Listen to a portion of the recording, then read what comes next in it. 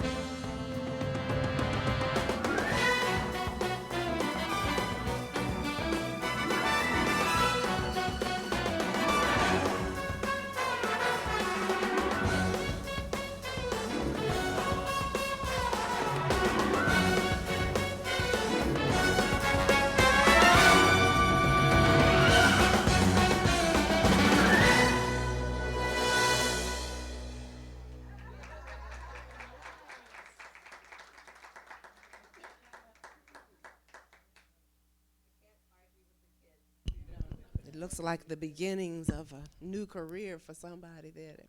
They put it together very nicely, didn't they? So why don't we just let go? You're in a safe space. This is your time. Anything in your way, let it go. Release it. And just take some deep breaths in through your nose. And then slowly out through your lips. Just allow your shoulders to droop down, down, down into relaxation, deeper into surrender. And just feel the energy of this space, of this room. And prepare your heart and your mind for what you came to receive.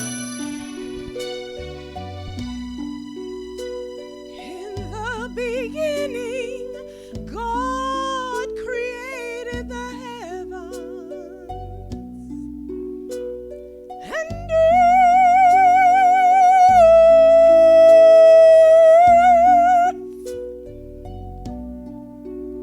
the earth was without sound and void, and darkness seemed to fill the place. And the Spirit of God moved across the waters. And God said, "Let there be light. Let there be light. Let there be light. May God heal the world. Bless the earth. Bless the earth." Now close your eyes and breathe deeply.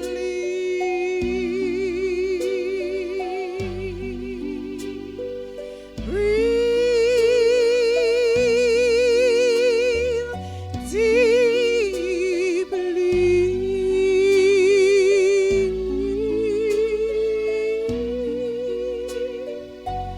And see the world whole. See your life free of toil, because God said, "Let there be light." And God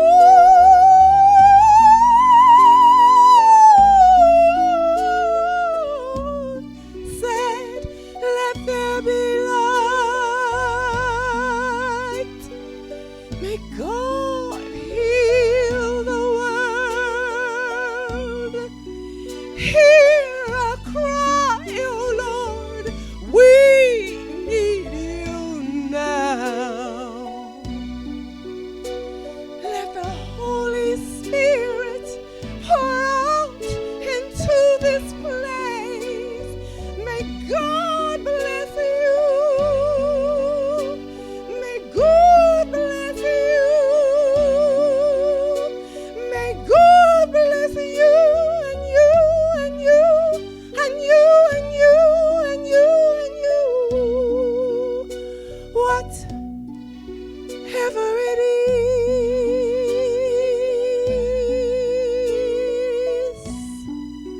whatever the trouble is, just let God bless you.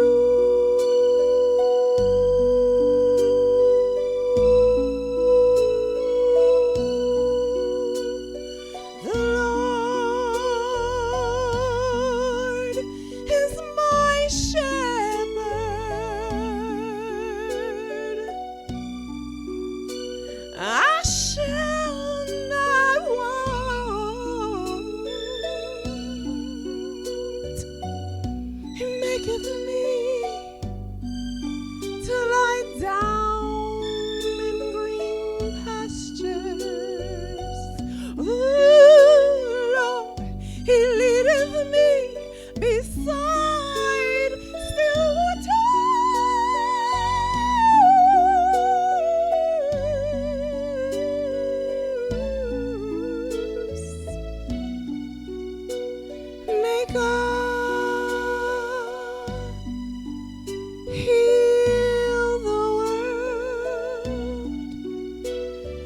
May God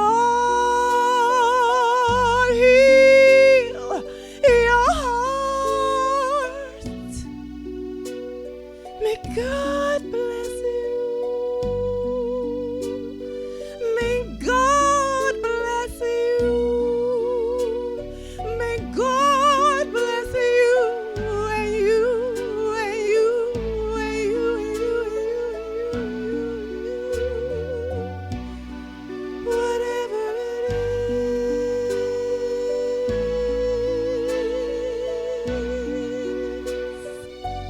whatever the trouble is, just let God bless you.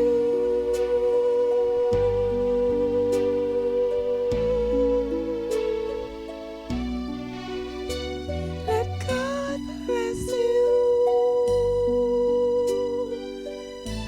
Om Shanti.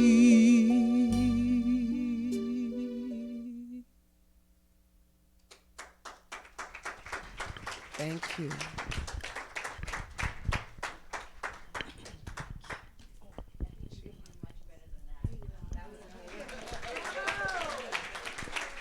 It's for you.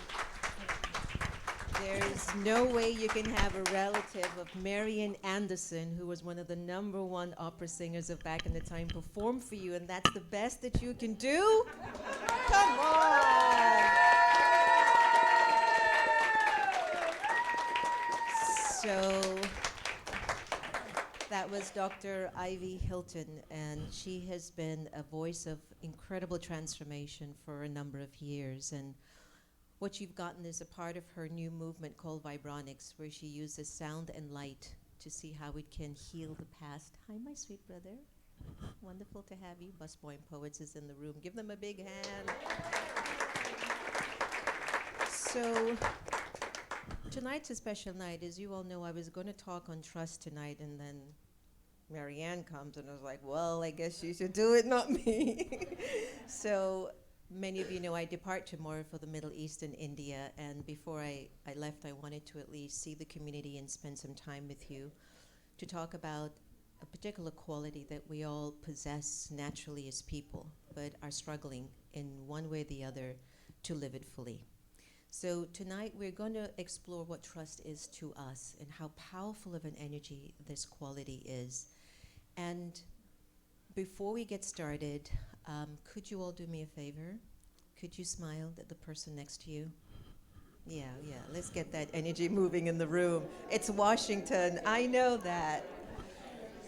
I know in Washington you so rarely get smiling faces. Have you noticed? Okay, here's the question. Okay, I didn't ask you to create a dialogue, just a smile. When was the last time you met a sweet soul here in Washington? Just a sweet person. All the time. Pretty good karma. This is good. So the thing is that I think we're in need to feel this energy support us more and more. And I don't mean the kind of sweetness where people make you into their doormat. I'm talking about a sweetness that's governed by very deep principles and values that you can't help but be sweet because you're so powerful. That kind of a sweetness. So you got to start to become that, and we've got to look for people more like that so we can amplify the story and move this movie that we're in forward, right? So I'd like you to silence your phone. You don't have to turn it off, silence it. If you happen to have Facebook, Twitter, whatever, I believe it's being streamed on Facebook Live and YouTube. Just go to Meditation Museum or go to Marianne's Facebook. It should be showing there as well. Got that? Okay. You're welcome to take pictures, I request, maybe afterwards. This is not a political event. I'm asking you, please don't bring the energy in the space tonight. We are here to sustain and honor our sweet sister who has been a brave spiritual warrior, what we call in spirituality a Shiv Shakti, yes.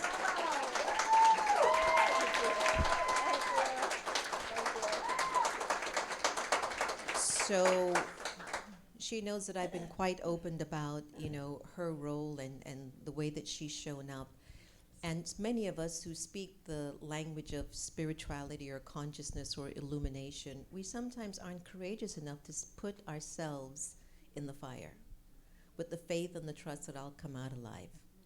She did that. She did that for us.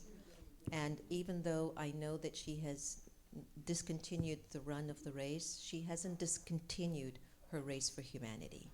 And so I'm so glad that she gave me the opportunity to bless us with one of our meditation museums with her presence. I've been asking you to come for a while. Yeah. I had to wait for you to just drop out of that race. So, yeah, silence your phone. Take notes. My purpose for inviting her here, I want us to also sustain this incredible spirit who has given all of herself for the last year especially in an area, in an arena where many of us think that our service to the world was that we tweeted what we felt. She did more than tweet. She spoke. She went in. She transformed her life, and she kept God in her heart tucked away. So I don't know how many of you might not know who she is, but just in case you're ignorant.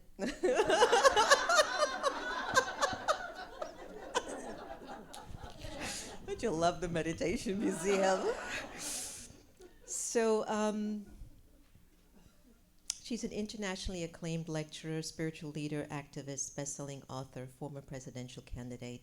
She's been one of America's most well-known public voices for more than 3 decades. That does no justice as to who this woman is.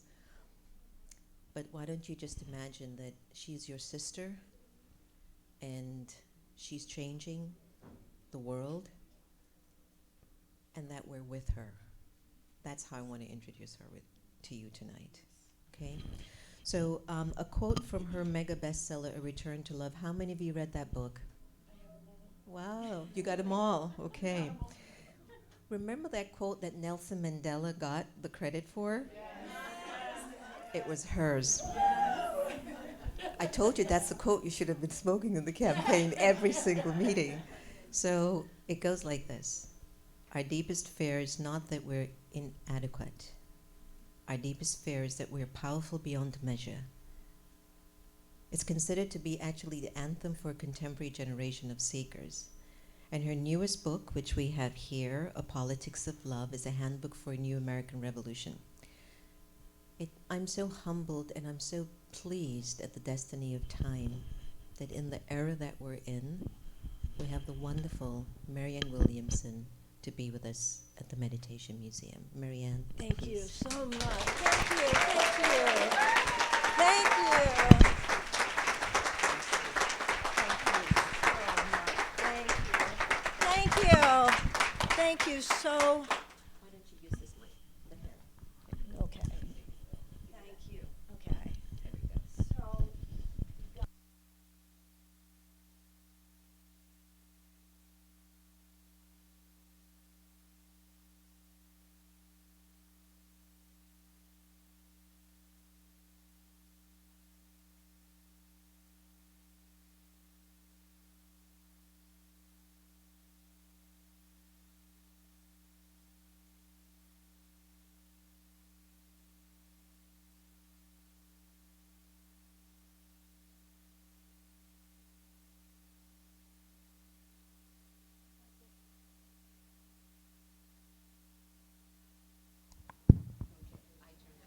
Okay, thank you.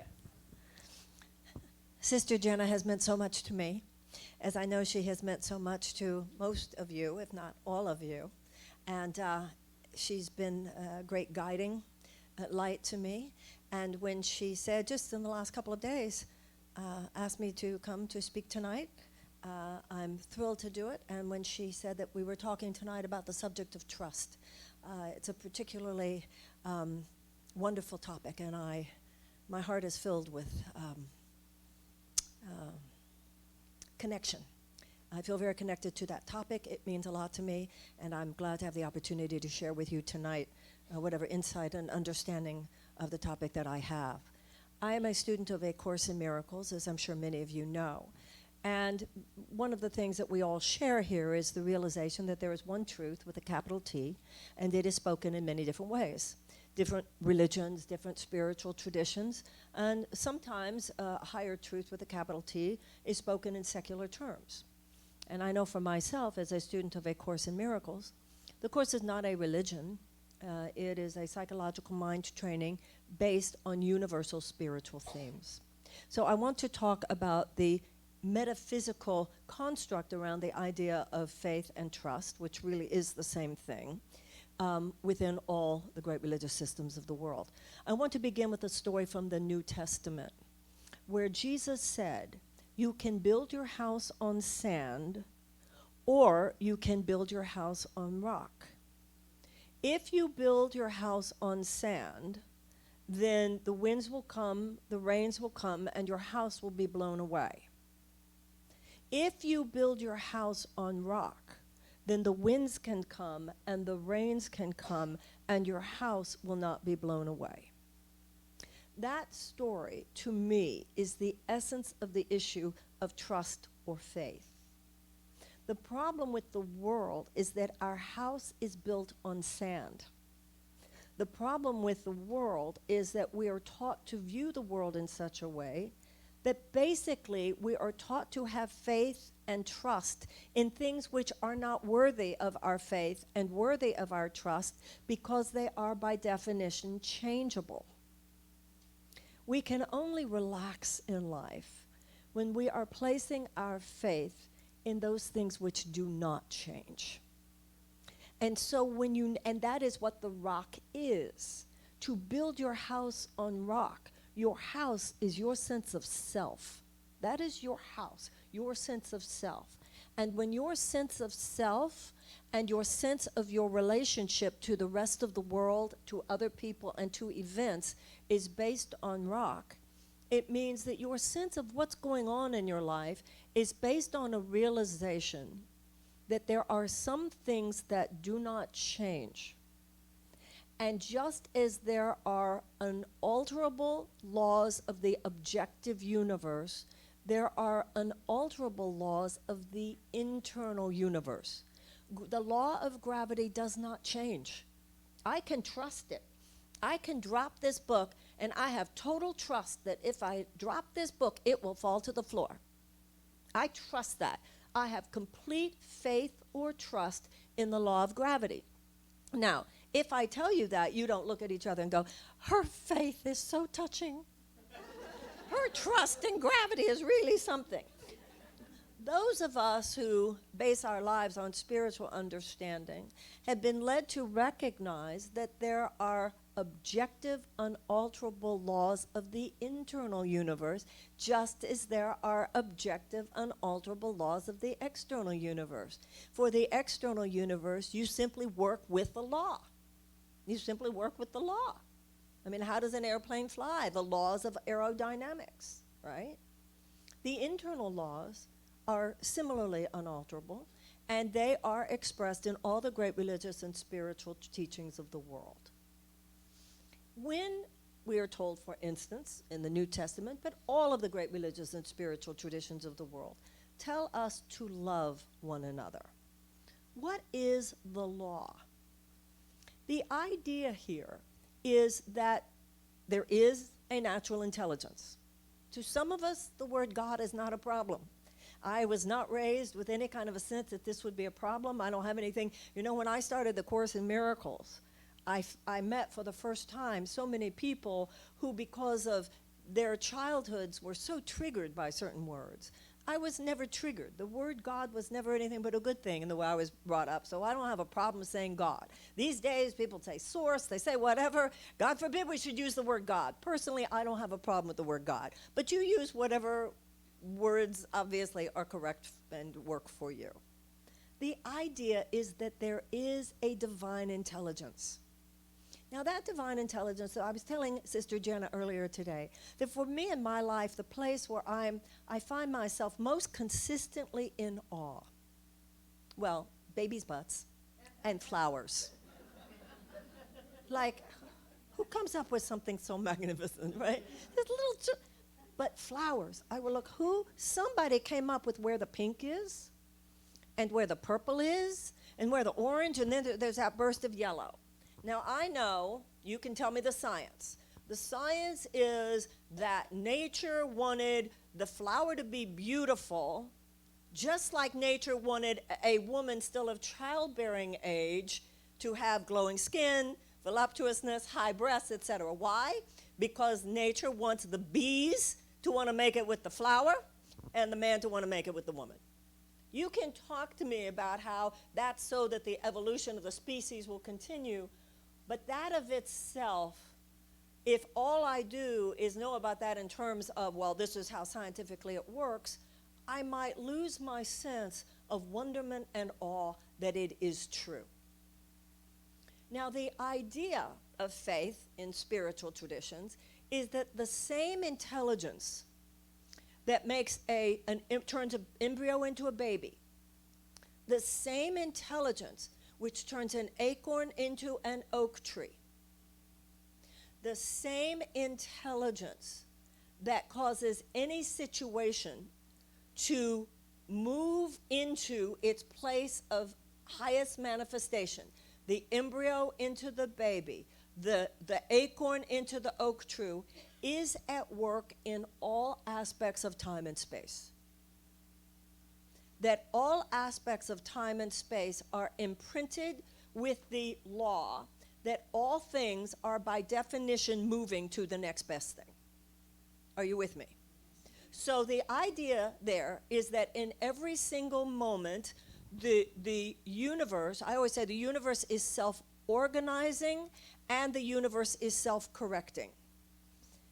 I often say to people, you can allow the same force which knows how to keep planets revolving around the sun, you can allow that force to run your life, or you can do it yourself. Right? So what faith and trust is the realization there's some intelligence. This intelligence knows how to turn the embryo into a baby, and this intelligence knows how to paint flowers the right color, and this intelligence knows how to turn an acorn into an oak tree. This intelligence knows how to lift me to the highest creative manifestation of my womanhood this lifetime. So I can relax because my trying to make that happen would interfere, right? So that's why one of the lessons in the Course in Miracles is I will step back and let him lead the way. Sister Jenna was talking today. She asked me, what is your vision? And I said, well, how amazing is it that you and I were here today? How amazing is it that we were at that lunch? How amazing is it that I met Angela? How amazing is it that you live 5 minutes from Angela? How amazing is it that I could be here tonight? It's always happening. The issue is whether or not we are alert. So the idea is that everything is always working perfectly. Now, what is the difference between you and the embryo? What is the difference between you and the acorn? The difference is you can say no. So the embryo, nature flows through it and turns it into a baby, or nature flows through it and turns the acorn into an oak tree. You and I, however, have free will, which means that in any given moment, we can either allow that incredible divine intelligence to work through us, or we can say, no, I'm going to do it myself. Now, from a spiritual perspective, on the level of what is ultimately real, which is not necessarily seen by the physical eye, divine intelligence continues to work. But the whole idea of human incarnation is that in any given moment we can make a decision. In fact, in any given moment we do make a decision. We either make a conscious decision or we make an unconscious decision. And that decision is, I will either allow the universal intelligence to work through me, or I will block it. Now, what does it mean to say in any given moment I will allow universal intelligence to move through me? Any given moment, we show up in a situation with no other purpose but to love, rise to the occasion, serve. In that moment, we literally co-create with God, because God is the idea of love. The idea here is that God is the divine author. God is the divine intelligence of love. So if I'm only here to do what I can, if I say, okay, I'm here, I want to do the best I can, hopefully share some ideas that would be helpful, really rise to the occasion, go into any situation and check my judgments at the door before I get there, like we were talking about earlier. That's what we want to do. We want to clear our minds of all the stuff that would block the love. Now, when I said the universe is self-organizing and self-correcting, it means if I do that, if I go into any situation and go, use me. There are so many, every religious tradition has their own way of saying this. So you translate for the religious and spiritual tradition that works for you. Use me. I love the gospel song, Use Me. Use my hands, use my feet, have me say what you want me to say, have me do what you want me to do, get all judgmental thoughts out of my mind, get selfish thoughts out of my mind, help me get over myself, help me make this not about me, help me bring in nothing from the past, only living in the present. To that extent, you know that spirit will work through you, and that's what you're trusting. But you and I live on a planet where the mindset that dominates the human race is exactly the opposite of that. The consciousness that dominates the human race is a consciousness not which tells us to lead with love and trains us to lead with love, but a consciousness which trains us to lead with fear. And we are led to lead with fear because it is a consciousness that is based on the physical senses. The evidence is the physical senses. Those of us who are involved in spirituality know that there's a deeper reality going on here than our physical eyes can see, a deeper reality going on here than our physical ears can hear. And that's that you are just a being of love trying your best, and I'm just a being of love trying my best, and I really want to love you, and you really want to love me, and we're all just here trying, and we can have compassion for each other. But that's not what the world teaches us. The world teaches us, because the world is based on the idea of the physical senses, the world says you're over there and I'm over here. And where spirit says there's no place where you stop and I start, so what I say to you or do to you, I'm saying and doing to myself. The world says there's only so much to go around, and if you win, I might lose. If I win, you might lose. And we are literally, as Gandhi said, the problem with the world is that humanity is not in its right mind. Now, if you're a student of spiritual things, your trust, your faith is, all I have to do is show up to love. All I have to do in any given minute is say, where would you have me go? What would you have me do? What would you have me say, and to whom? One of the lessons in the Course in Miracles is, I will step back and let him lead the way. That you're just saying, may the same intelligence that turns the embryo into a baby turn me into a better woman. May the same intelligence that makes the acorn turn into an oak tree. You know, when you look at the human body. So an egg and a sperm come together, these two little cells. And all of a sudden, this miraculous process begins to occur. And all of these cells appear. And then all of these cells are appointed, they are assigned. And they form eyeballs, and they form ears, and they form heart, and they form a pancreas, and they form lungs, and they form skin, and they form hair, and they form stomachs, and they form breasts. It's just unbelievable. And every cell is assigned, you to the pancreas, you to the lungs. So that not only are those cells assigned by this divine intelligence to turn into this extraordinary thing called the human body, they're being assigned right now. You're breathing right now. Your body is doing all this incredible stuff as we speak. And each one knows what to do. Now, every cell actualizes and then collaborates with every other cell to serve the healthy functioning of the organ and the organism of which they are part. But every once in a while, a cell goes insane. Every once in a while, a cell, it is as if the cell forgets its collaborative function. the cell disconnects from the intelligent path to which it has been assigned. And instead, it is as though the cell goes, I don't want to just live my life for the healthy functioning of the spleen. I don't want to just live my life for the healthy functioning of the lungs.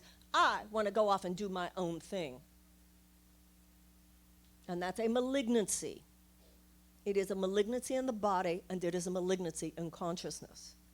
It's where a cell in the body goes off to do its own thing, and I'm going to get other cells just like me, and we're going to all be together.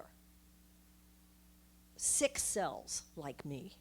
That's called a tumor. It's a malignancy in the body, and it is a malignancy in consciousness, and that is what is wrong with the human race. We have been infected by a malignant consciousness. And that malignant consciousness is the thought, it's all about me. Now, what is faith? What is trust? Trust means knowing whatever you think, that's what you're going to manifest. Once again, it's like the law of gravity. The law of gravity, if I drop the book's going to fall to the floor. On the level of consciousness and how things work, whatever thought I think, the Course in Miracles says all thought creates form on some level. So, Marianne, you show up only to love, try to practice what you preach, be forgiving, honor the space of others, all the principles that we practice in all the spiritual traditions. I can trust that I will attract good things, that when things are not good, I can trust as long as I meditate and pray and remain present, that if I'm off, somebody will appear in my life to help guide me back to truth, or I'll have the thoughts I need as long as I'm in a meditative, peaceful place.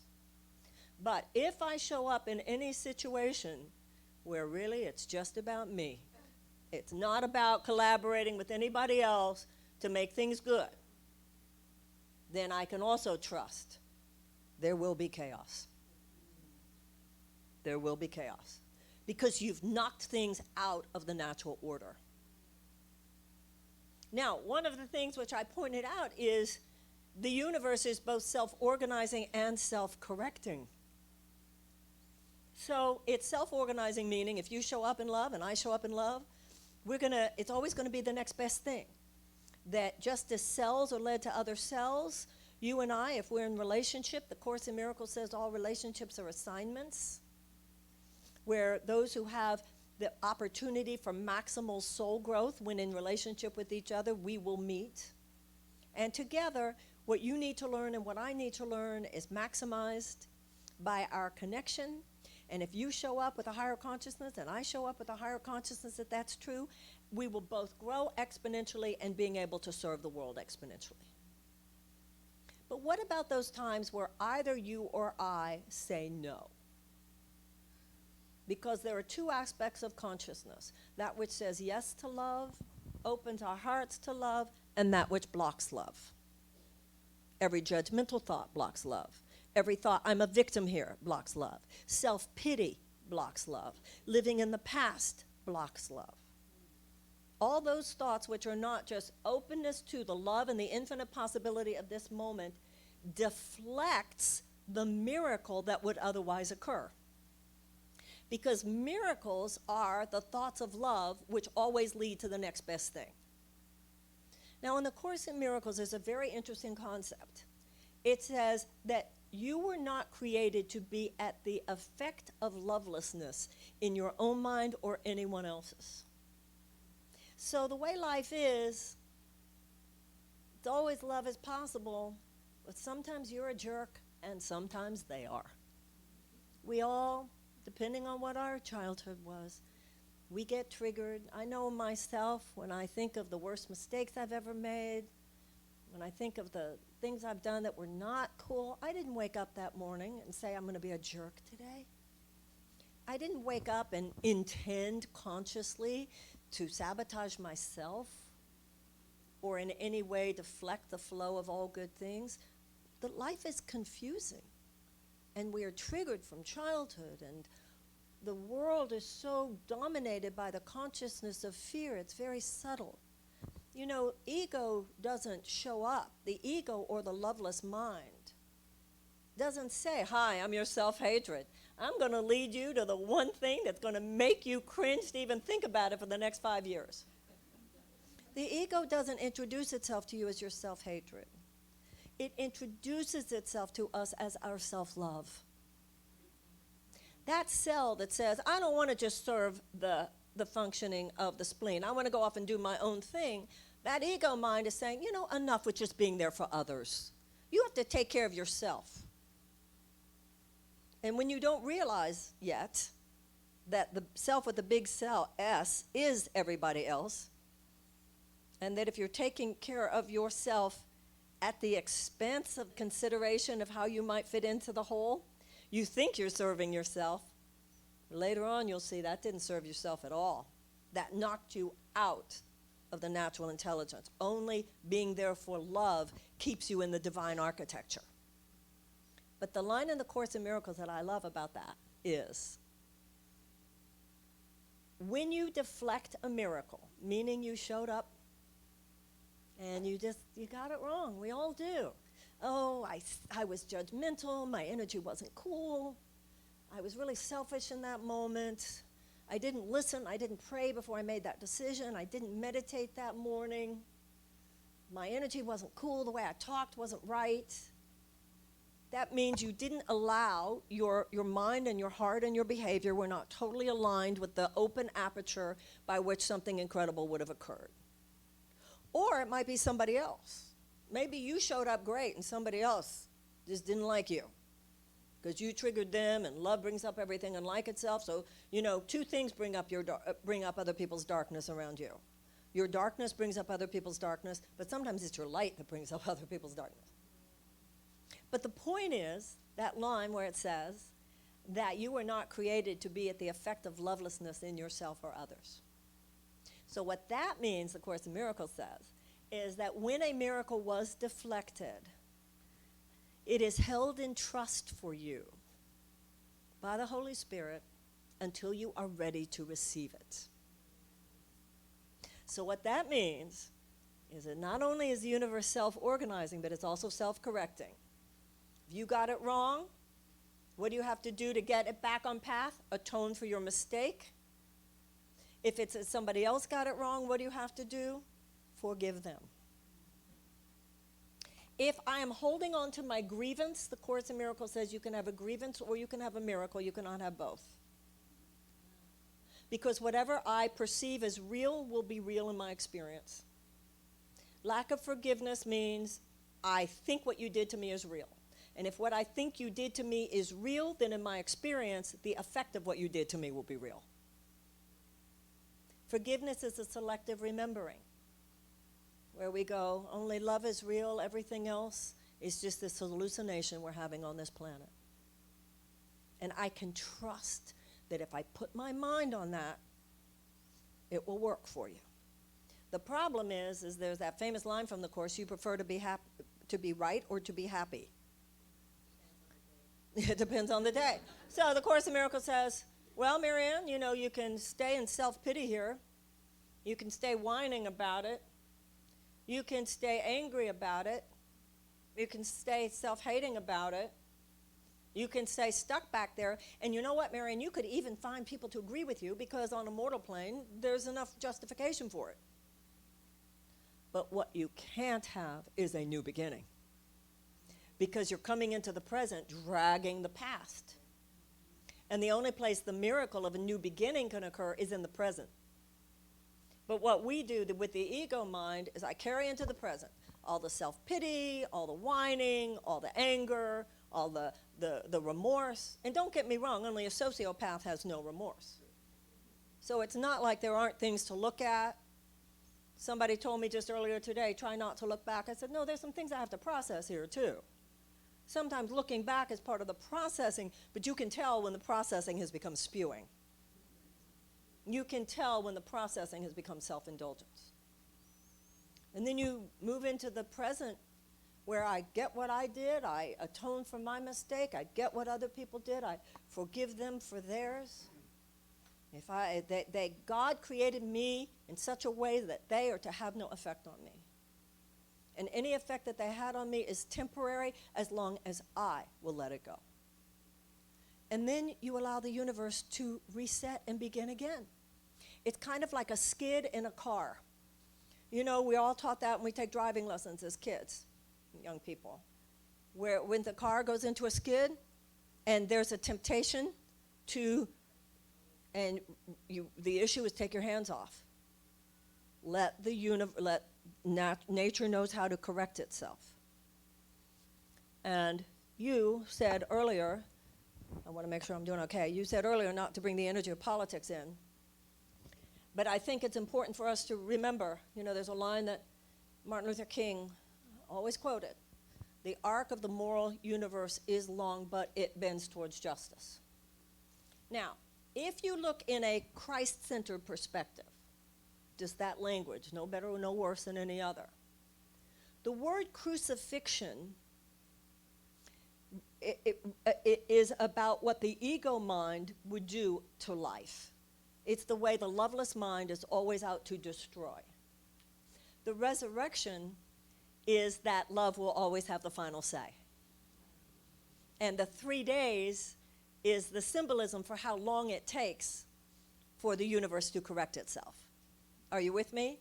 It's 3 days in Christianity, it's 40 years in the desert. In Judaism, that the Jews were, the Israelites were in the desert. The idea is whether you're talking about the crucifixion of Jesus or you were talking about the slavery of the Israelites by Pharaoh, all the great religious and spiritual systems have their own image for the destroyer and what hate will do and what lovelessness will do, and it will cause our tears. But the idea here is that as long as we place ourselves, now in Judaism, in, you would say, the Moses consciousness, God's always sending a Moses. The idea is that there is always a way by which the darkness will turn back into the light. A line in the Course in Miracles, God's will has never not been done.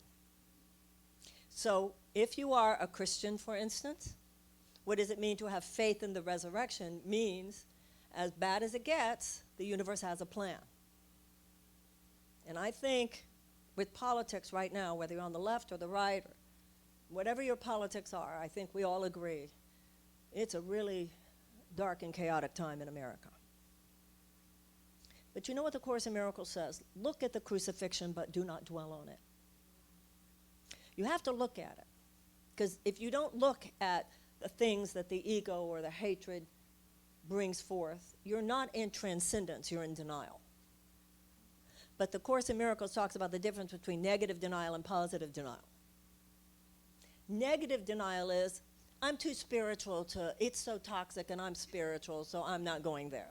That's a convenient excuse for not helping. And so is cynicism, just a convenient excuse for not helping. On the other hand, if you were so into talking about how awful it is, and so angry at whoever the political voices are that you're angry at, then we are part of the crucifixion rather than the resurrection. But you aren't part of the resurrection just by not looking at it. But we're part of the resurrective nature of the universe, the self-correcting nature of the universe, when we are willing to stand within it, but with love. And there, the issue is positive denial. Oh, I don't deny what you're doing. I don't deny bigotry. I don't deny racism. I don't deny anti-Semitism. I don't deny Islamophobia. I don't deny the power of these things in this world. However, my faith leads me to deny that they will stand. And how do I know? Because I'm here. That is what happens when we realize as long as people are there shining love in the darkness, then it's going to take 3 days, but it's not going to stand. That's what faith is. Faith means this will not stand. The moral arc of the universe is long, but it bends towards justice. Now, the issue is how long that 3 days is completely up to us. You know, it could be 3 days, it could be 3,000 years. It is guaranteed from a spiritual perspective that humanity will make it to the place where all we do is love each other. What is completely up to us is how much human and other species suffering has to occur before we get there. There is no guarantee we will not have a nuclear war. There's pretty much a guarantee that even if we have a nuclear war and 5 people on the planet are left on the other side of it, they will look at each other and say, let's do it differently this time. So the issue in the end is not, do you have trust in God, but can God have trust in you? Because we can trust that we're going to get past through all this. We can trust that war will turn to peace. But we cannot necessarily trust that there won't be terrible, terrible things before that. That's the issue of, can God trust you? So what does that mean? There's a line in the Bible, many are called but few are chosen. And the Course in Miracles says what that means is, many are called but few care to listen. And the Course in Miracles says that there's a plan for the teachers of God. So, the universe is self-correcting. What that means, the Course says, is that the moment a mistake occurs, it's like a GPS. If you're following a GPS and you take the wrong turn, it immediately autocorrects. So, from a spiritual perspective, God knows who's president. The universe knows what's going on. Everybody gets it. But from a spiritual perspective, you are already coded to be the man you need to be and do the things you need to do that would be part of the correction. From a spiritual perspective, God has already placed within you, the moment anything loveless happens, we are, each and every one of us, coded.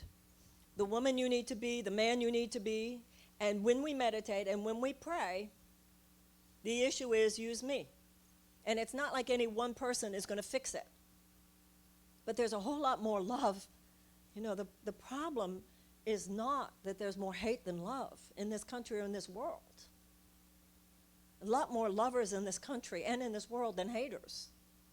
But there is a word that is very important right now, and that's conviction. The Course in Miracles says miracles are born of conviction. The problem is not that there are more haters than lovers. The problem is that too many of those who hate today have greater conviction than is being displayed by those of us who love. I can't imagine a kind of sort of sometimes when it's convenient committed terrorist. These people are serious. They know what they want this world to look like, and they have proven in horrifying ways that they'll do whatever it takes to make it happen. On the other hand, how many of us, I know I can put myself in there, at times have been kind of sort of sometimes when it's convenient committed to love. And what form does that take? When I have time, when it's my child, when it's something I'm looking at, even though I know it's happening on the other side of the world and my tax dollars are paying for it, but it's really not, I don't really have time to talk about Yemen tonight, right? That's what kind of sort of love is. So the issue is a perfect lesson for us collectively, just like everything we go through is a perfect lesson for us individually. This is what we brought forth. Anybody who's like so shocked all this is happening? This has been going on for a long time. The compromises with integrity, the compromises with justice, the compromises with humanitarian values, see, brings darkness into the world.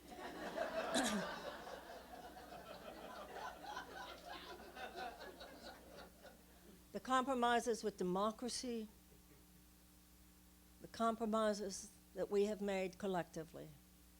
Individually, I think we're all really nice, good people. But we have farmed out our commitment. You know, this idea that if you don't take care of your marriage, you just might lose your marriage. You don't take care of your health, you just might lose your health. You don't take care of your business, you might lose your business. And if you don't take care of your democracy, you just might lose it. So don't go being all that. How did this happen? But the issue is, even though it's the 11th hour, it is not midnight yet. And we can have total trust and total faith. You know, Winston Churchill is said to have said you can always count on Americans to do the right thing after they have exhausted every other option.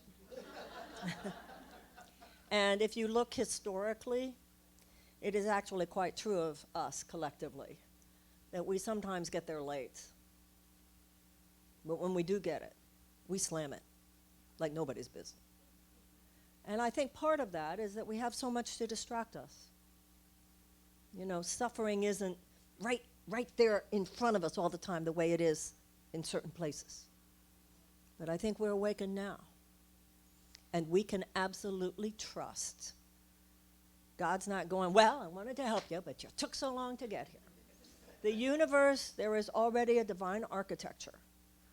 And as I said, the idea of the metaphysical intelligence is that we are all going to get to the point of greater love on this planet. I mean, even when the environmentalists talk about the worst that could happen with the climate crisis, you can totally trust that the planet will be fine. The only issue is, if we continue to abuse it the way we have, it just might have to throw us off for a few 100,000 years. So that part is completely up to us. It's not just can we have faith in the way the universe operates. The universe can handle all of this. But can God have faith in us? Can God have trust in us? And every day, the issue sometimes is, can I trust this person? Everybody's always saying, can I trust you? Can I trust you? Can the people who know you trust you?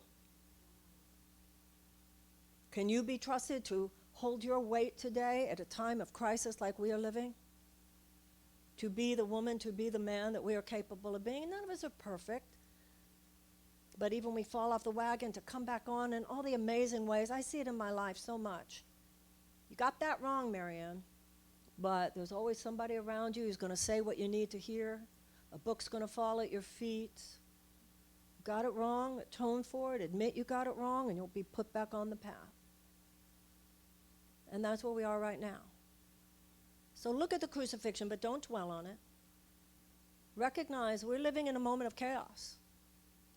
But build your house on rock, not on sand. Because if you build your house on sand, you go, oh, it's so terrible, and the Democrats got it so wrong, and the Republicans got it so wrong.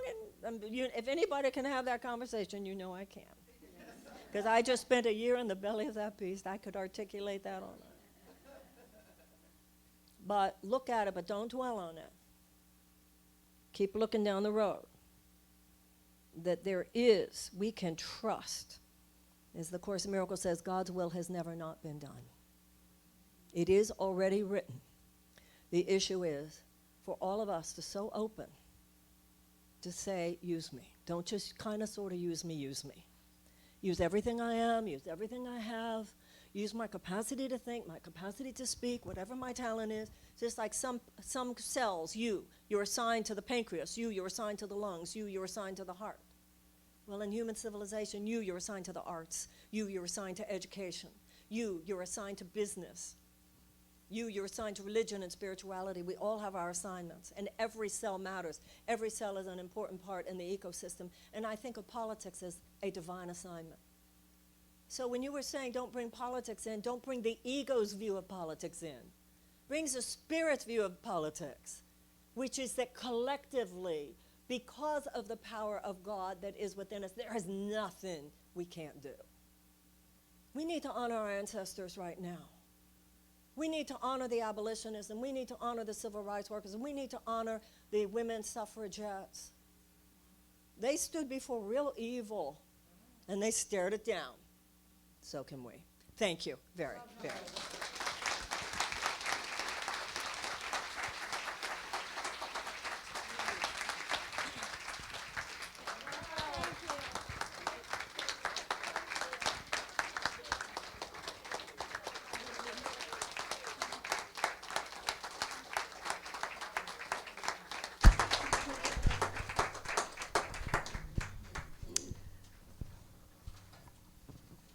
Do you feel like you've just been sprayed with, how do I call it, AK-47 love bullets?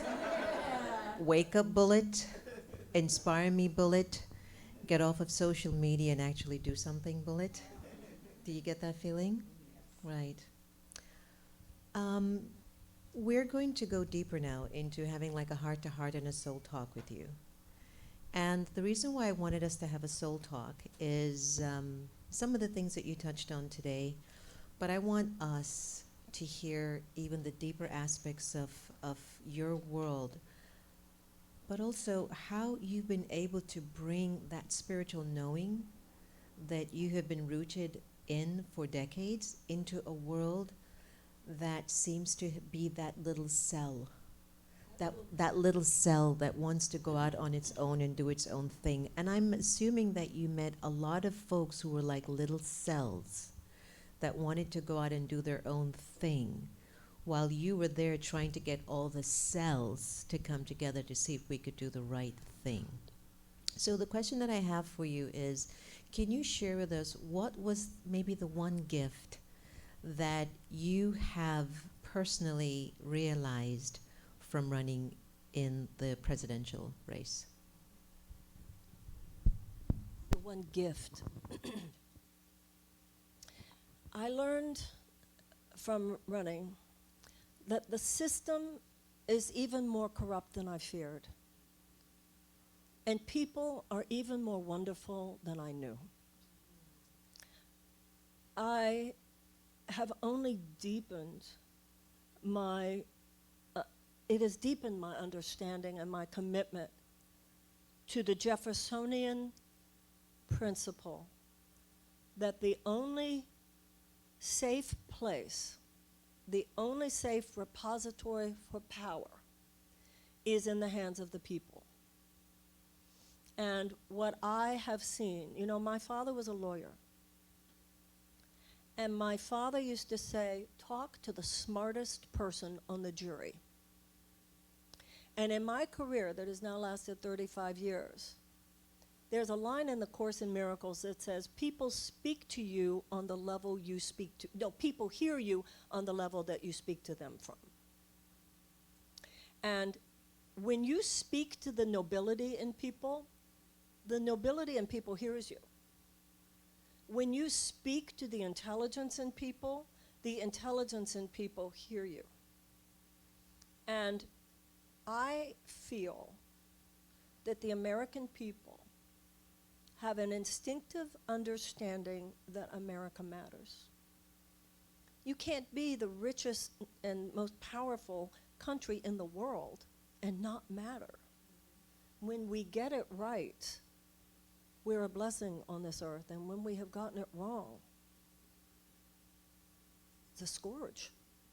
The Iraq War, Vietnam War, some of the things domestically, slavery. So it matters that we try to get it right. It really matters. And what I came to feel being out there, because when you run for president, it's such a privilege.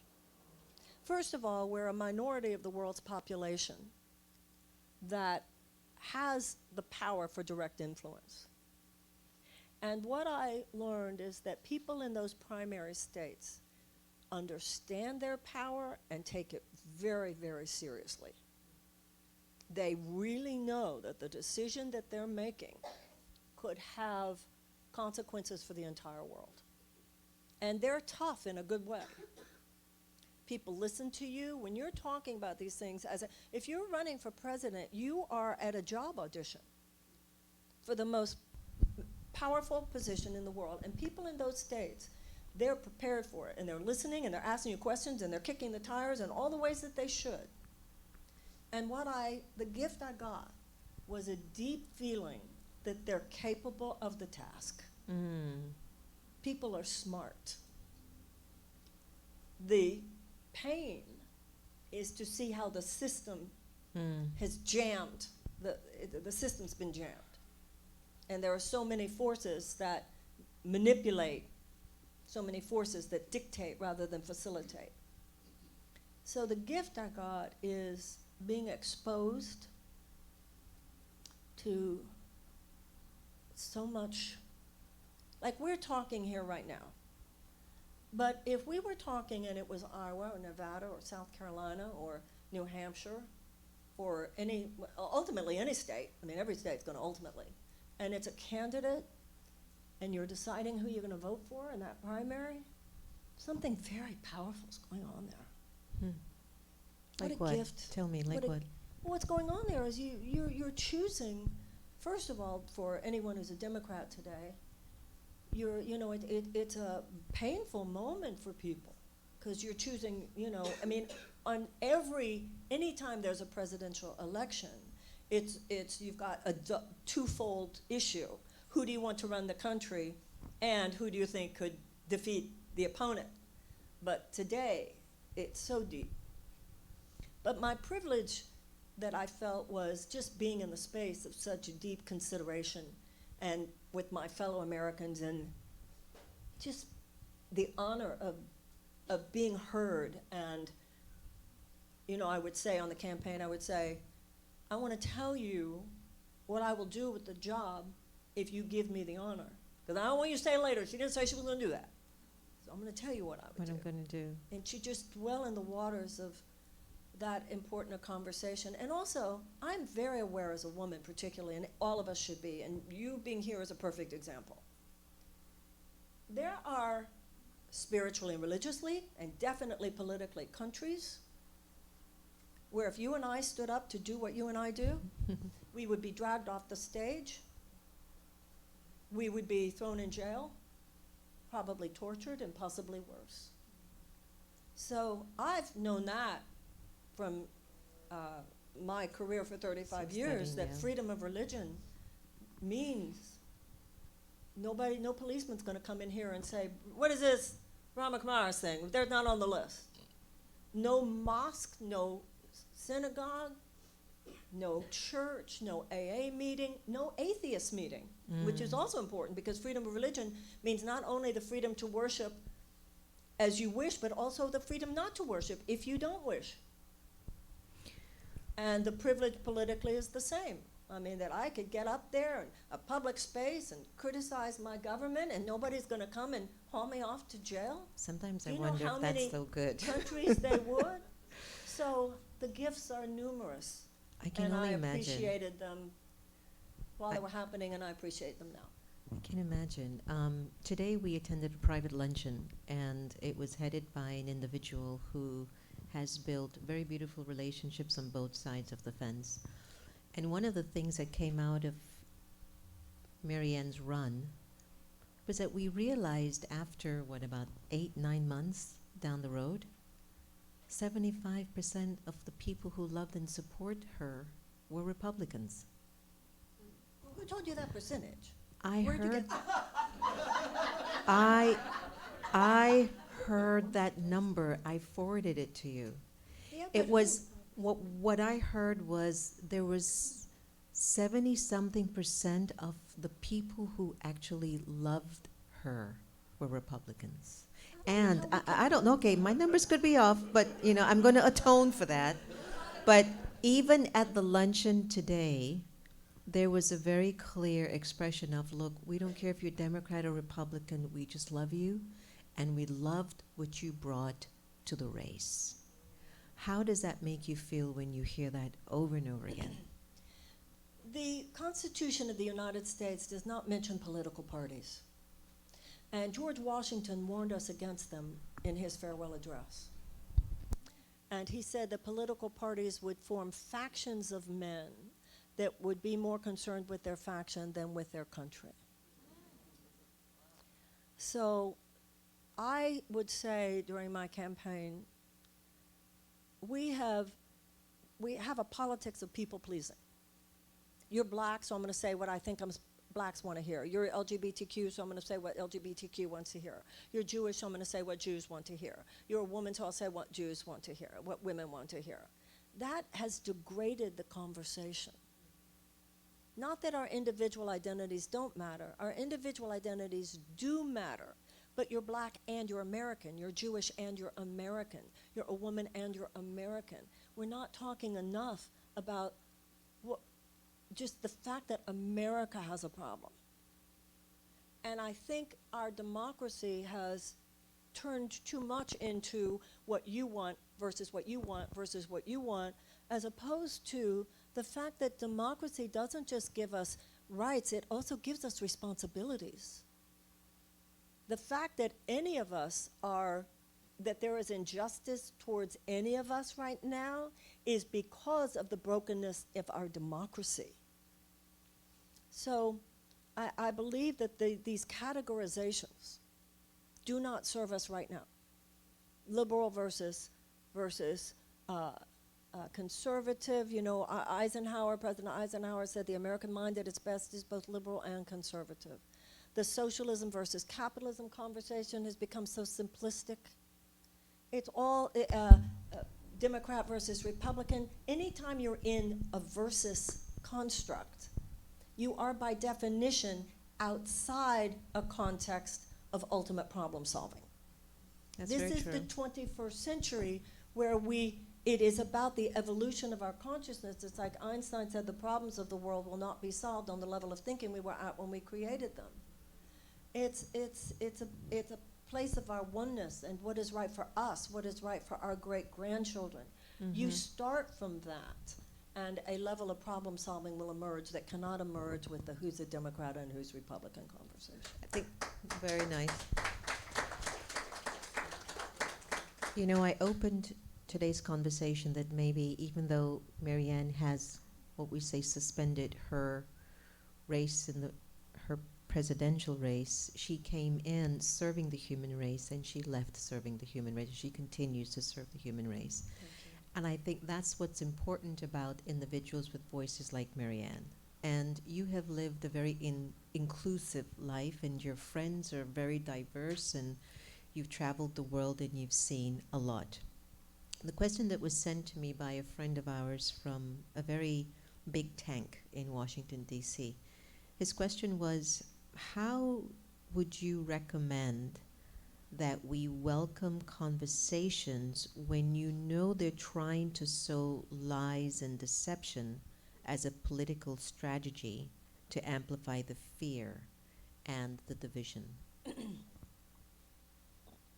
A smug, self-righteous, intolerant left-winger is no less damaging to the emotional fabric of this country than a smug, self-righteous, intolerant right-winger. And one of the principles of nonviolence, of political nonviolence, as first articulated by Gandhi, and then Dr. King traveled to India. He studied those principles and brought them back to the United States for the struggle for civil rights during the 1960s. Gandhi said that usually in politics we say the end justifies the means. But what Gandhi said is that the end is inherent in the means. First, I have to find peace within myself. We're all talking about what they did wrong. They just propaganda. They're just sowing lies. But if their sowing lies brings up my sowing judgment, I'm part of the problem. So from the level of nonviolence, the issue is first on ourselves.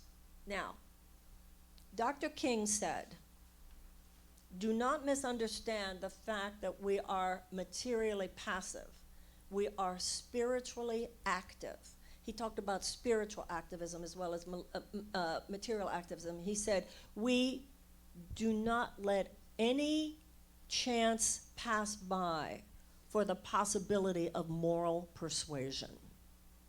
So I'll give you an example. You know, I'm a writer, so for many, many years, I often wake up in the middle of the night and I write. Well, now I wake up in the middle of the night and often I go to Twitter. So some man says yesterday, you are a Democrat and Democrats just want to kill babies, every possible thing that any propaganda would ever say about Democrats, this man said. And I responded, whoa, fella. I said, whoa, nope, fella. And he did something in response that I've seen over and over and over again. He was so excited that I responded. He said, well, isn't that true? And I said, no, it's not true. And he said, tell me where I'm wrong. Tell me where I'm wrong. And I said, well, if it wasn't 2 in the morning, I would call you right now. I said, but please DM me, and we will have this conversation in the next couple of days.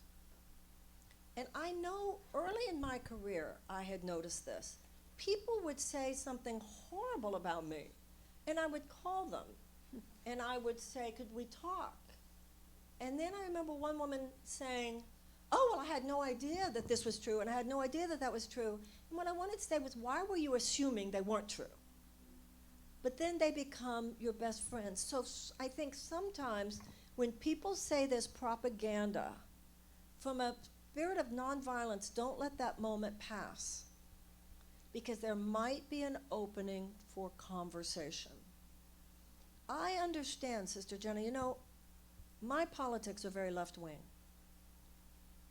But all jokes aside, what happened in my campaign, I don't know about Republicans loving me, but I do know about how those who vilified me and called me dangerous, crazy, grifter, anti-science, anti-medicine, anti-vax, all that narrative created about me, those were lefties. And many of them were women. So let's not kid ourselves. So I have seen the stuff we have to worry about is not just on, quote unquote, the other side of the aisle. Mm-hmm. It's a mean-spirited moment. So the answer to your question from a spiritual perspective is that all of us have to check ourselves. Yeah. And I understand what Eisenhower was saying, that the American mind at its best is both liberal and conservative. I am a political liberal, but that doesn't mean there aren't, I do see that there are high-minded conservative principles, and I have learned a lot from conservative friends. I think what we have to understand today, though, is that the opponent today is not liberal or conservative. The problem today is an authoritarian corporatism, which is neither liberal nor conservative, but it is, at its worst, neo-fascist. Moneyism. And every conservative and every liberal should be very concerned about that. And the last thing we should allow to diminish our capacity to respond to it is this idea that I'm a conservative, I'm a liberal, and therefore you and I are together. We are all Americans. Beautiful, beautiful, well said. I'm going to piggyback a little bit on what you mentioned about some of the comments that came in that were pretty painful. Yeah. I didn't hear some of them, but the one that SNL did about the psychic dark forces, and they did that. And it's funny, I don't know if it's just me, but I got what she said. I mean, did anyone else in this room not get it? Okay, maybe.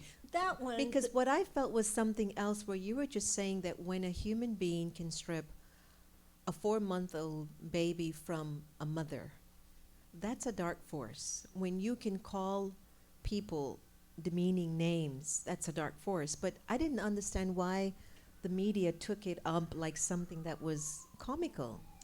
Well, in the first debate, what happened for me, the night before the first debate, I had watched the television because I was on the second night, and they were very polite to each other for the most part in the first debate, the first night. So I thought, okay, I got this. I got on stage, and the minute the bell rang, they were playing a game. They were like, pow, pow, pow, and I was like, I didn't know how to do this. And I obviously expressed myself in some ways that I do understand making fun of me for the dark psychic forces. I do, actually, that one. Because if I had been on my game and not been nervous, I would have said, this man has taken bigotry and racism and anti-Semitism and Islamophobia, and he's turned them into a political force. So the dark psychic forces one, I actually feel, there were some things where I did express myself in ways that I can't blame people for making fun of. But the other stuff where they just made up lies about everything that my career has stood for 35 years, that was not funny, and I think unfortunate. I don't think it serves democracy at all to do that to people. It's the politics of personal destruction. Do you have any regrets getting into the race? Pardon? Do you have any regrets getting into the race? Oh, yes, I do have, totally I have regrets, because in certain cases, I made it too easy. I made a sloppy comment about vaccines very early on. My position on vaccines, as I said, was that I would have an independent commission, because I am uncomfortable with the way you can't even have the conversation in America today. but I made a sloppy comment that made it easy for them. When I tweeted about praying about the hurricane, I made it easy for them. So I have regrets about times that I made it too easy for people to mock me or to criticize me. And also, in all honesty, even though all of that came at me, if I had run the campaign I could have run, I would have survived it. I wouldn't have become president, but I could have survived that. And then my last regret is dropping out when I dropped out. I wouldn't have made it past this week. But I feel that when I look at the votes that some people got in Iowa and New Hampshire, I was like, well, I could have gotten that. And I have really seen how men, how much more self-confidence is ingrained in men. And I do feel I stopped a minute before the punchline. So yes, I have some regrets, but I have tried to practice what I preach. When I practice what I preach, my life works well. I have tried to process, to not give in to self-pity, to not give in what they did to me, to not give in to any of that stuff. The Course in Miracles says the price you pay the Course says you pay a very high price for not taking 100% responsibility for your life experience. And the price you pay is that you will not be able to change it. So I'm trying to, and I feel I'm, for the most part, being successful at atoning for the mistakes I made, forgiving others for their lovelessness towards me. I feel I have processed and tried to integrate my failures in the campaign, but I also feel that I'm integrating my successes. I do feel we stood for some things. What we stood for, my agenda, my platform, the things, you can still go to Marianne2020.com and see the issues, Department of Peace, proactive waging of peace, Department of Children and Youth to deal with the extraordinary millions of American chronically traumatized children, reparations for slavery and reparative measures towards Native Americans in order for the moral repair of this country to occur, repudiating the corporate aristocracy.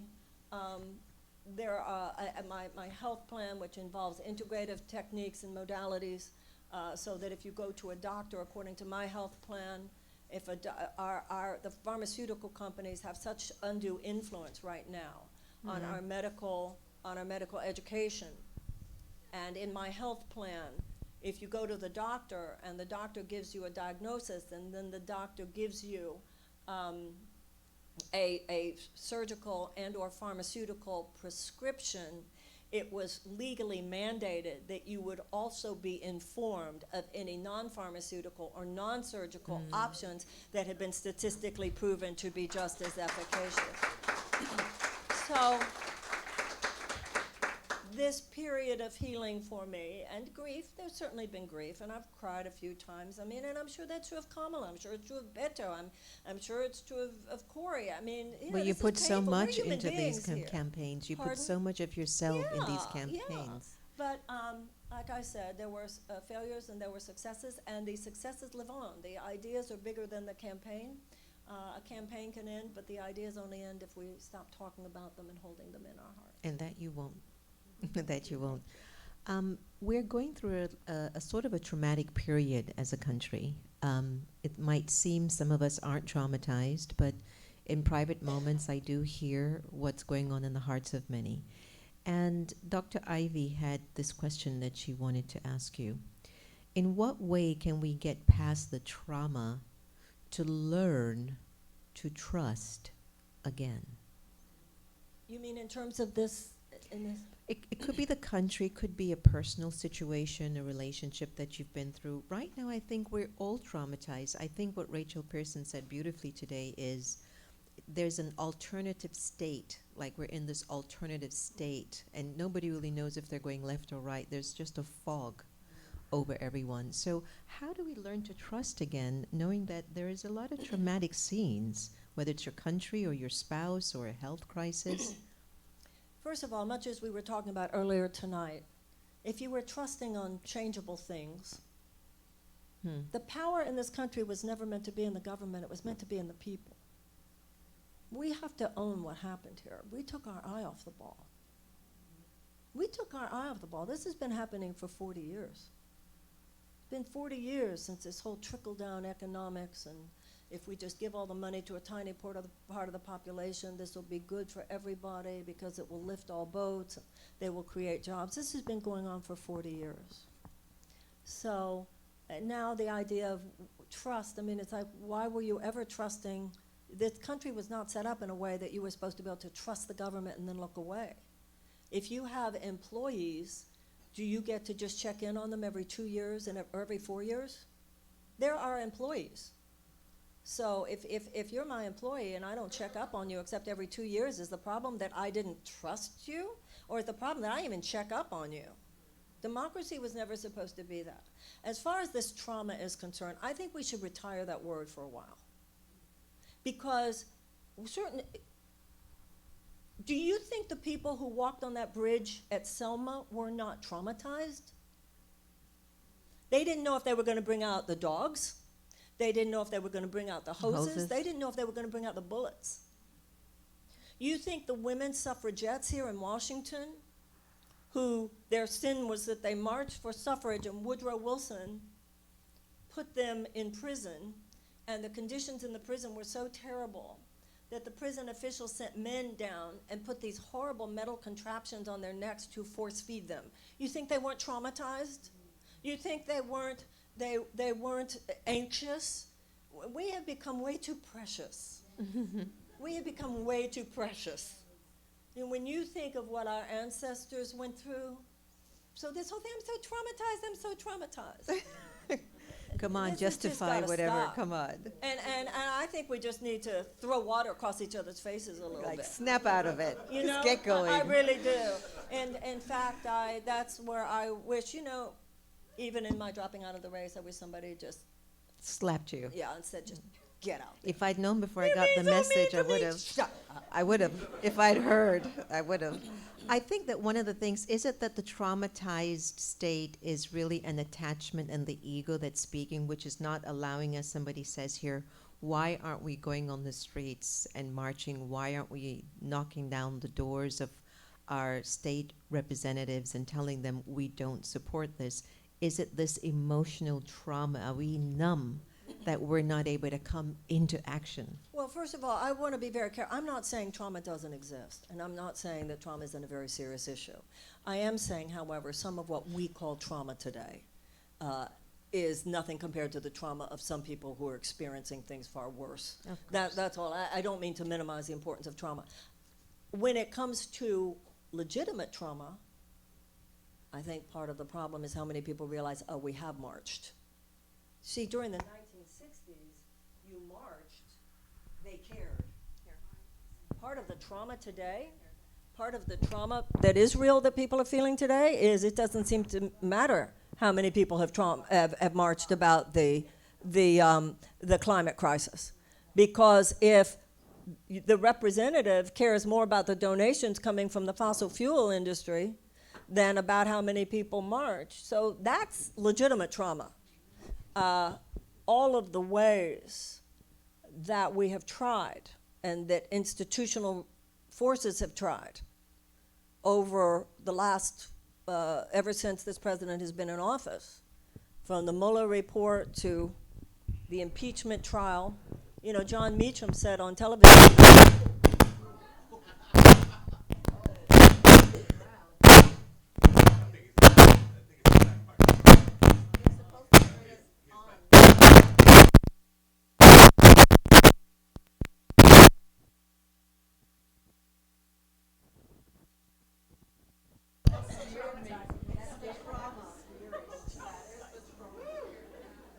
John Meacham said the other night, John Meacham, the historian, said the other night, he's become a functional monarch. So now we're getting into where there is legitimate trauma, but I still go back to our ancestors marched anyway. It's our time. I remember when there was the Arab Spring. Remember the Arab Spring? Yeah. And I saw a journalist say to one of the young men, how'd you get all these people to come out? And I remember his response. He said it was pretty easy once people just got, I might die. He said, you might die doing this. Once people got that, from that point forward, you know, Martin Luther King used to say, you haven't, until you have a cause worth dying for, you don't yet have a life worth living. It's time for our generation to really ask ourselves, how important is this? You know, when this country was founded, we were founded on the most aspirational, enlightened principles that had ever formed the founding of a nation. The idea that all men are created equal, the idea that God gave all men inalienable rights of life, liberty, and the pursuit of happiness, the idea that governments are instituted to secure those rights, and it is the right of the people to abolish or alter that government if it's not doing its job. No country had ever been founded on such an extraordinary set of enlightened principles. At the same time, 41 of the signers of that declaration were slave owners. This country has always been both. That's our story. That's our DNA. It is baked into our DNA, the characterological dichotomy, the bipolarity between the fact that on one hand, we are based on the most enlightened, the most aspirational principles ever, and that throughout our history, in every generation, including ours, there have been those who, in the most violent ways, would transgress against those principles. Now, every generation writes its story in this continuing book of history.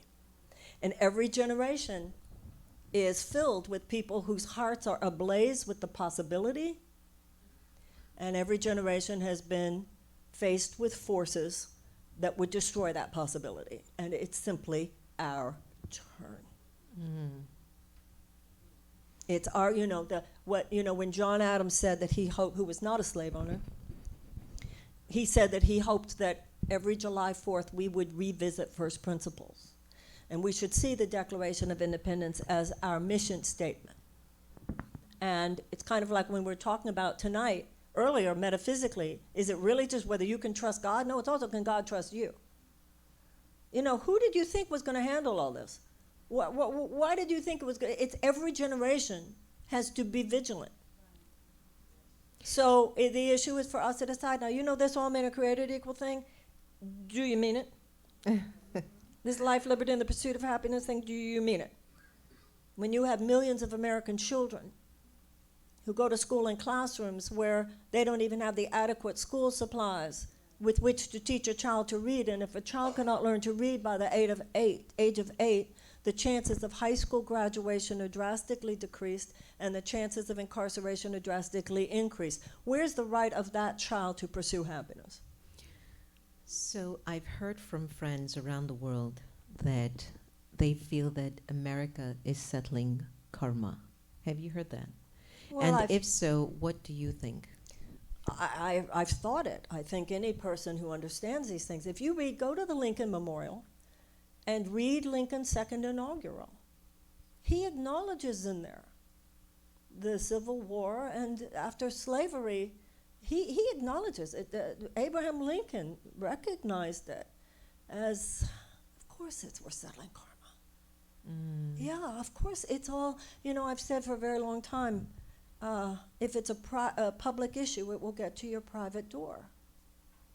But I think what's happening, there are some people in America who only have eyes for the greatness of America and will not have they will not bear the conversation about these terrible shadows of racism and bigotry and militarism and injustice that we must look at. But there are other people these days who only have listening for what we've done wrong. And they have no listening for the fact that we haven't gotten everything wrong. Like I said from the beginning, we've been both. We need more of us who handle the pain of that, like we've been both. We've been both. It's time for us to atone for the things we've done wrong, to make amends for the things we've done wrong, We are broken and we must repair. And that's why I believe we must pay reparations for slavery. That's why I believe we must take reparative measures towards Native Americans. That's why I believe we must face down the horrifying way that the military-industrial complex has undue influence on our foreign policy and our national security. The issue is to hold that it's because we love our country, not because we hate our country, but because we love our country that we want to do the work of repair.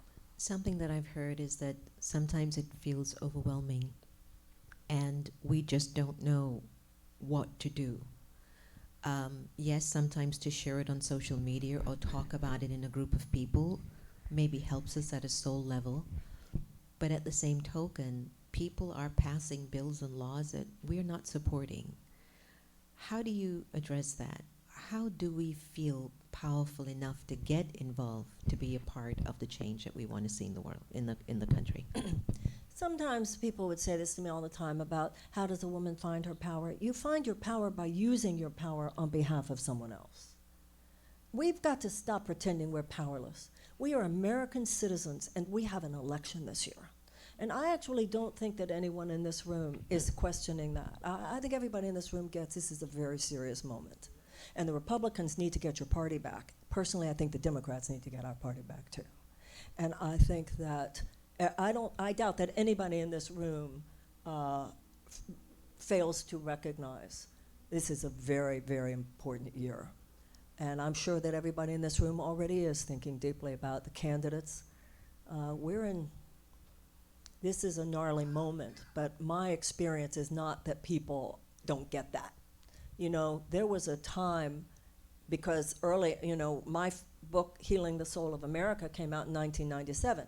I was talking about mass incarceration and racial injustice and corporatism. You've been way ahead of the times. Well, that's because if you're a metaphysician, you're looking underneath, your training is to look at what's happening. You know, everything that's a stage 4 cancer today was a stage 1 cancer in the 1990s. This stuff was already there, it just wasn't in your neighborhood, right?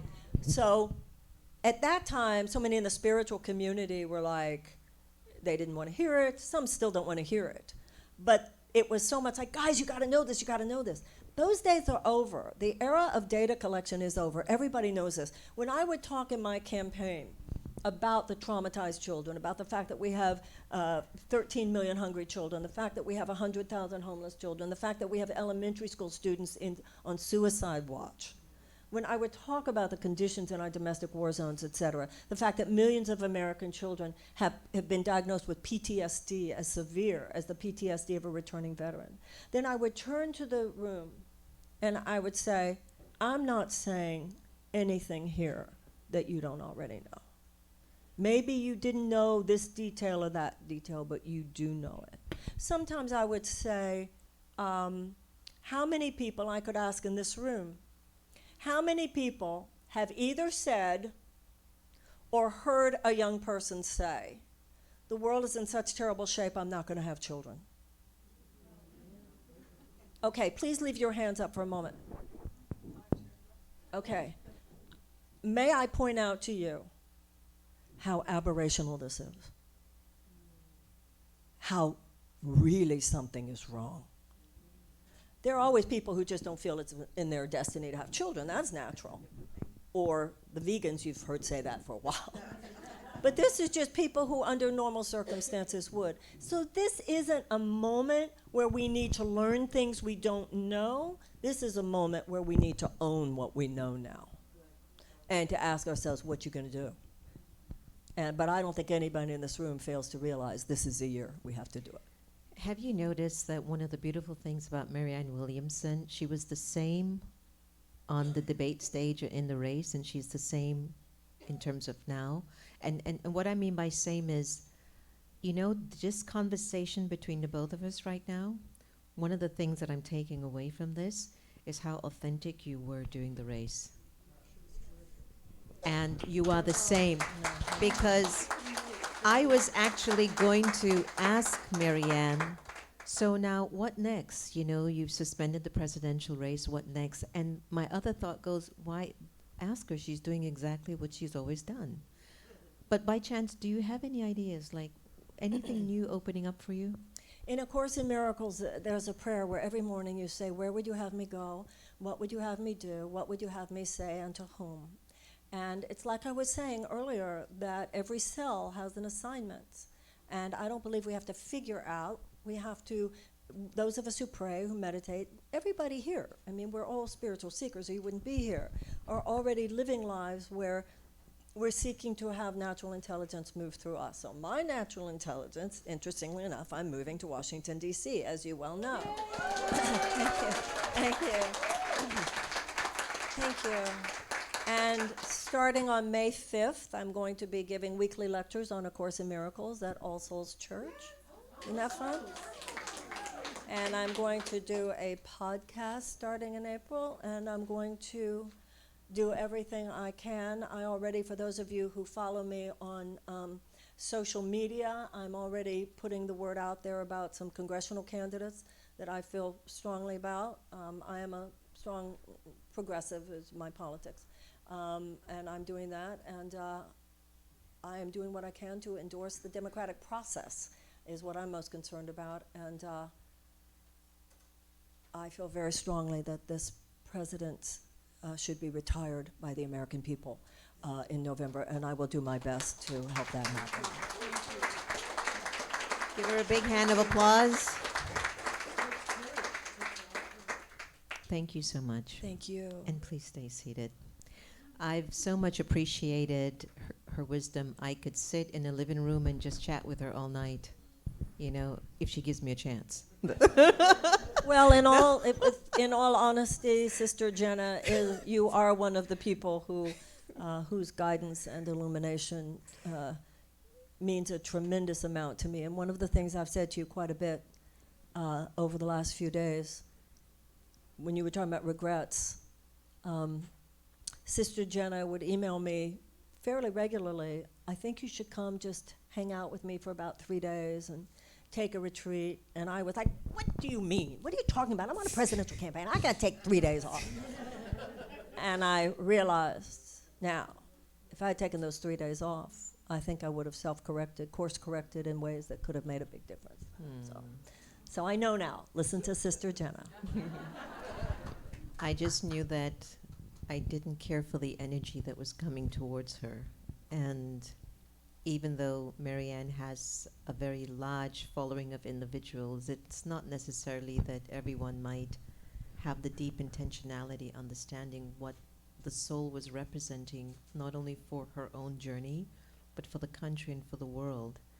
And so when I would see her and I would text her a lot of times, slow down, do it like this, don't like this, and she would respond. I just wanted her to come into that sacred space just to get charged up and to remove those vibrations away from her so the narrative could continue. But it wasn't recorded, so don't worry. Now you're here. You can't help. You can't get away now because you're in DC. So the universe has a way of self-correcting. Absolutely. And it's held in trust for you until you're ready to receive it. There you go. So thank you all for coming out this Thank evening.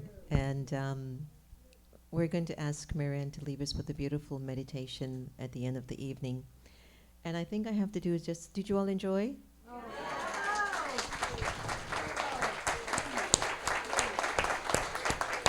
There are so many people in the room that I would like to extend our appreciation for coming. Anne, who has served in the military and have been here for us, and it's been a consistent, I would say, a friend of the Brahma Kumaris. Rick, who has done so much work with governors all around the country. Portia Davidson, strategic expert for the government for 30-something years. Cordelia, an author doing so many good things. But my mind keeps going over to my beautiful couple here, Andy and Marjan Shalal, who have opened up Busboy and Poets as a space for people to be so socially engaged and healthy. And so if you've not been to a Busboy and Poets, I really invite you to stop in and try some of their food. It's amazing. And I have a feeling Andy is going to invite Marianne to do some consistent sessions there. And he's going to give me 5% profit. So I'll get my 5% profit. But anyway, Look, I'm still a businesswoman. So anyway, thank you all really for coming. And I was told that you've got some information on your seats, so you can keep all of that, and you'll be able to watch this conversation again online. It was on Facebook. And please remember to download the free app Pause for Peace, and don't forget to watch or to listen to America Meditating. It's been a privilege to have all of you. It's the eve of Valentine's Day, and may Marianne and I and Andy and all of us in the room invite us all to start to date ourselves and to find out how much we really wish to love, respect, and appreciate this person that's me, right? So all the things that we keep looking for in other people, in our country, in situations and circumstances, see if they're inside of you first. And see if you can build that energy within you too first, before sometimes we open up our flap. You know, when I got into the car with Marianne, I told him, I can't get rid of this sadness. And a lady at the luncheon today says, I look at you and there's nothing sad about you. I know. I'm a different kind of sadness, you know. My sadness is deep. And I turned to Marianne and I go, I don't know if it's the energy I'm picking up or if it's something from my past. And one of the beautiful things about having friends and making the world your friend is that you're not afraid of being authentic. And so Marianne instantly just said, it's the collective. I just know it is. Because I'm feeling it and at a point in which I've got to remove it. So tomorrow I'm going to date myself and I'm going to ask myself, what's wrong? You know, while I'm on that flight for 23 hours tomorrow. But it's just, I want to get to the bottom of me so that I can be used more. And more isn't necessarily for me numbers, but more is the presence of my vibration can touch the minds and the hearts of anyone that can create the shift. So I leave that with you. Date yourself, enjoy yourself, and please support Marianne. She's going to have a big online event, live streaming event on Not tomorrow, day after tomorrow. Yeah, the Love and Power seminar, which will be talking about these issues of internal transformation and how they affect external transformation. People can go to my social media or go to marianne2020.com that still exists. Because I'm still Marianne, it's still 2020. Good, and so please sign up and let them know that you've enjoyed finding out about that here. All right, so would you like to lead us into a meditation? And after the meditation, I'd like for each one, whoever would like, to come up. Marianne, if you don't mind, it's customary at the end of the program. We give a blessing card and a treat. Yeah. And the reason why we do that, there's a very deep importance for us to see into you and for you to see into me and for us to be in connection with God so that we can get used to loving one another very purely without an agenda. And so we do this practice called drishti in the Brahma Kumaris, and it's just let me remember the divine and see you the way the divine would see you. So if Marianne and I will be up front, and I'll give you a little sweet, and Marianne will give you a blessing. For those of you who would like to meet with her after, you're more than welcome to do it. But in the meanwhile, I would love to make this a very spiritual and sacred moment for all of us here. And so as you come up to get your blessing card and your treat, we invite you to just exit out the door, be comfortable, get your jacket. If you want to come back in, I'm sure she's gracious to say hello and spend time with you. I know she's always been like that, unless you really have to run. You're okay? So just to know that we'll all get a chance when we come up and take the blessing. You can say, thank you, I acknowledge you, but remember there's someone behind you too. So think about the other cells of the body who want a chance. All right. So Marianne will now take us into a beautiful meditation, and thank you all again for coming, and see you soon.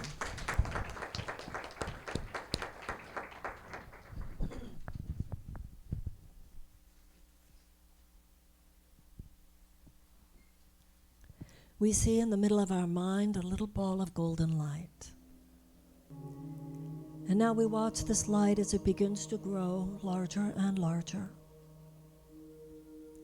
until now it covers the entire inner vision of your mind. And we see for ourselves within this light a beautiful temple.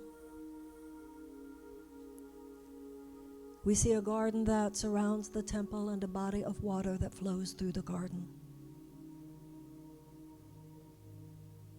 We see that the inside of the temple is lit as well by this same beautiful golden light. And here we are, for we have been drawn together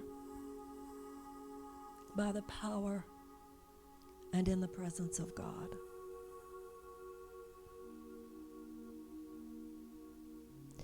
And now see before you an image of the divine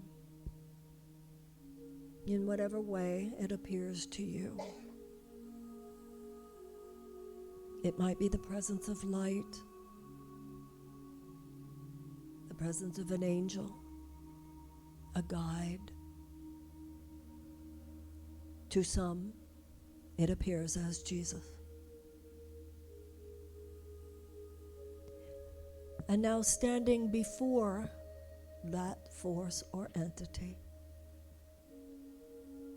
there is a marble slab. And see yourself lying on your back on the slab.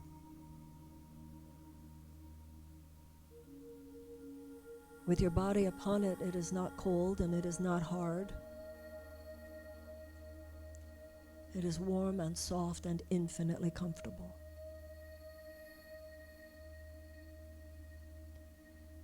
And now there is a divine elixir of light that is poured through the top of your head. And as you relax, this divine elixir enters into your brain and enters into every bone and enters into every organ, and it fills your head, and the divine light continues down through your throat, and the divine light continues into your shoulders and down your arms. And as this divine elixir fills every cell is revitalized. The divine elixir moves through your blood. The divine elixir moves through your bones. The light continues down now into your torso.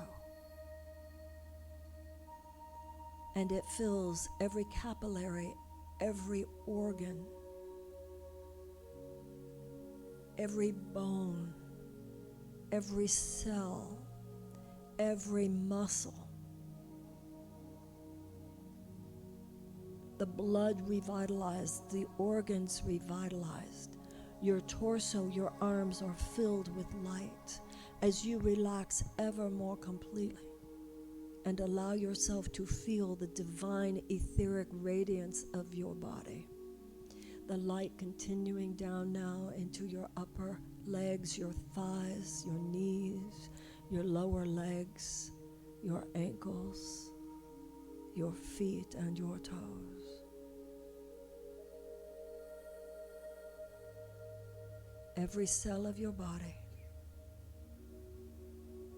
drinking in, thirsty for this revitalizing elixir. Your body itself healed, restored, revitalized. Now, for those in this room who have a particular illness, or if there is a particular organ that is weakened by disease or dysfunction, in the way that is true for you, see the divine light of the divine physician, be it the hands of Jesus or any other way, touching, healing, restoring that organ,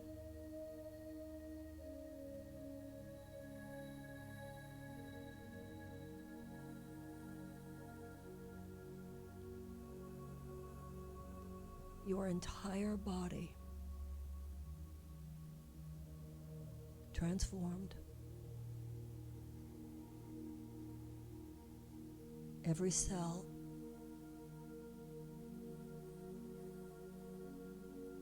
every bone,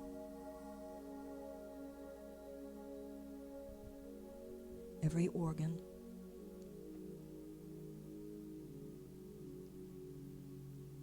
all of your blood.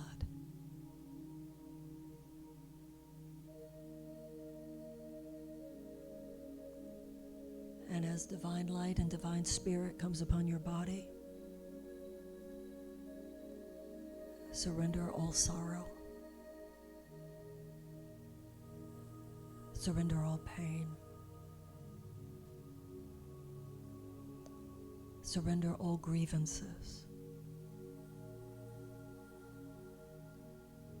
Surrender all anger. Surrender all doubt. Surrender all self-pity. Surrender all impatience. Surrender all blockages to the love that is in your heart.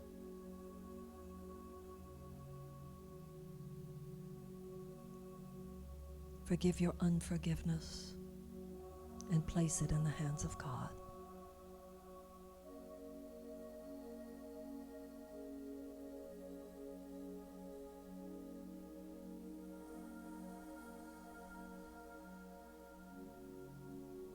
Be willing in this moment to be made new. Allow the light of God to replace all darkness. The light of love to replace all fear.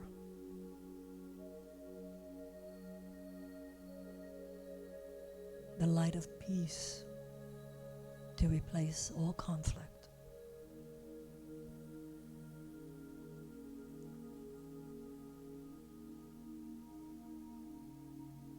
And now we surrender. We devote our lives, all that we have and all that we are. For when we open our eyes, we shall not be who we were. We shall be more peaceful. We shall be more loving. For on this night we place ourselves in the hands of God, asking only that we be used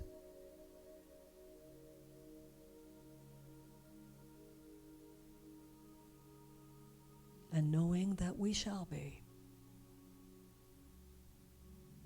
We bless all that we have been through, and we send before us the love to bless all the people we shall meet in the future, some of whom we know and some of whom we do not know. We send our love before us now. And in this, we rest at peace.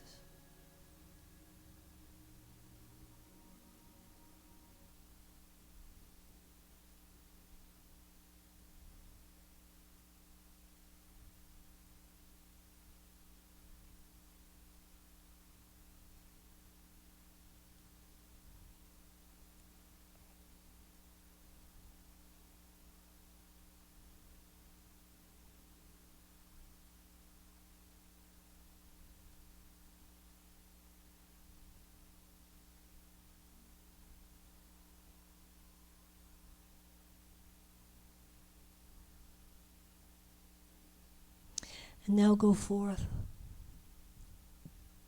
knowing that there are angels to your left and angels to your right, angels in front of you and angels behind you, angels above you and angels below you. Go forth in confidence and go forth in peace. And if in any moment of confusion or despair you feel hopeless, put out your hand in front of you as would a small child seeking the hand of an elder brother, someone or something to lead you back to the path of peace. This is no fantasy. God shall be there. And so it is. Together, we all say, Amen.